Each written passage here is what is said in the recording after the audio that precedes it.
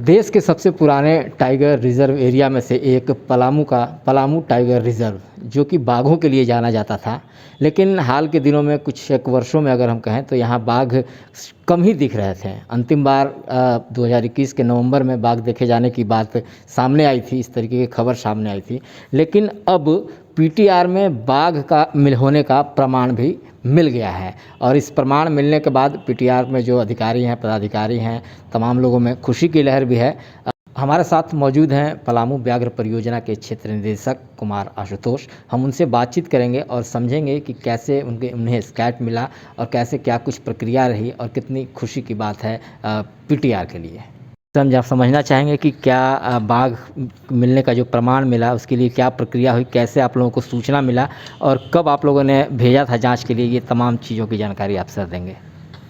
हम लोग दिसंबर महीना के लास्ट में 6 जगह का स्कैट भेजे थे देहरादून वाइल्ड लाइफ इंस्टीट्यूट। वहाँ से अभी कल ही रिपोर्ट आया है जिसमें कि एक टाइगर कंफर्म हुआ है कि एक टाइगर का है और एक लिपर्ड का है और 4 ऐसे थे स्कैट जो कि पुराना हो जाने के कारण उसको डिटेक्ट नहीं किया जा सका कि किस चीज़ का था।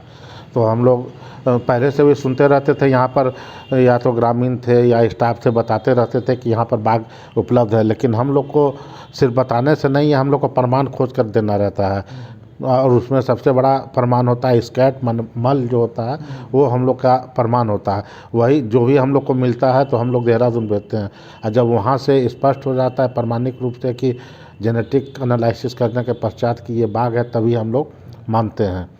तो अभी एक आया है और भी हम लोग महुआ डाक क्षेत्र से भी अभी भेजे हुए हैं और भी हम लोग अभी खोज कर रहे हैं कि इस फाइनेंशियल ईयर में और भी स्कैट हम लोग भेज कर उसका अप्रूव करवा सकें।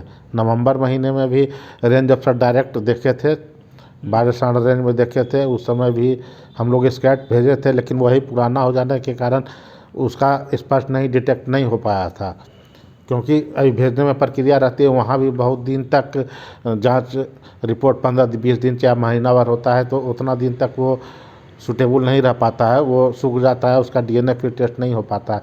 ये सब के कारण थोड़ा दिक्कतें आती है हम लोग को और अभी कोशिश कर रहे हैं कि इस बार अभी और भी स्कैट भेजें।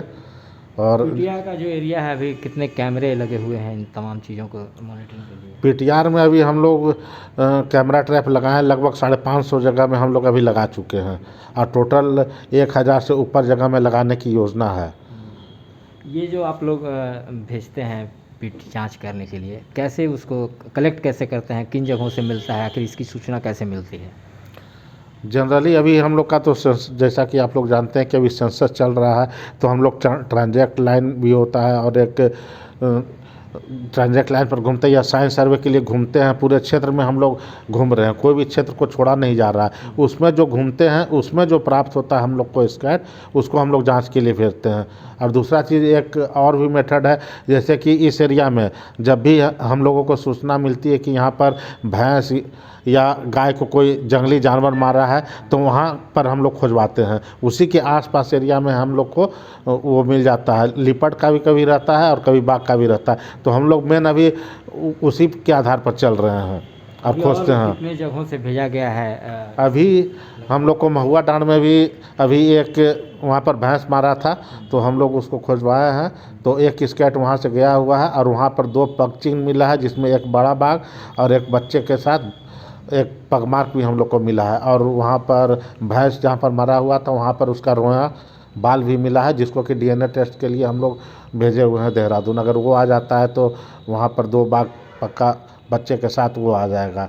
इसके अलावा भी हम लोग को कल भी कुटकू क्षेत्र से भी हम लोग को स्कैट मिला है, जो कि संभावित रूप से बाघ का माना जा रहा है, उसको भी हम लोग भेजने की कार्रवाई कर रहे हैं। इस प्रकार हम लोग अभी पूरे मेन स्कैट खोजने पर ही ध्यान दे रहे हैं कि वही प्रमाणिकता है कि बाघ है।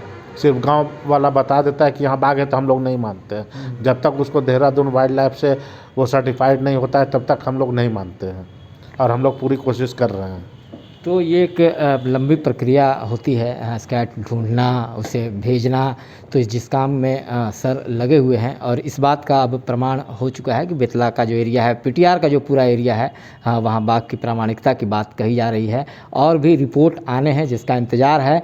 तो अब जो सैलानियों की जो निराशा होती थी यहाँ घूमने आने वाले लोगों को कि बाघ नहीं दिखता है, तो ये आप समझ लीजिए कि बाघ होने का प्रमाण मिल चुका है और कहीं ना कहीं घूमते विचरते आपको बाघ भी अब बेतला के एरिया में, पलामू टाइगर रिजर्व के एरिया में नज़र आएंगे।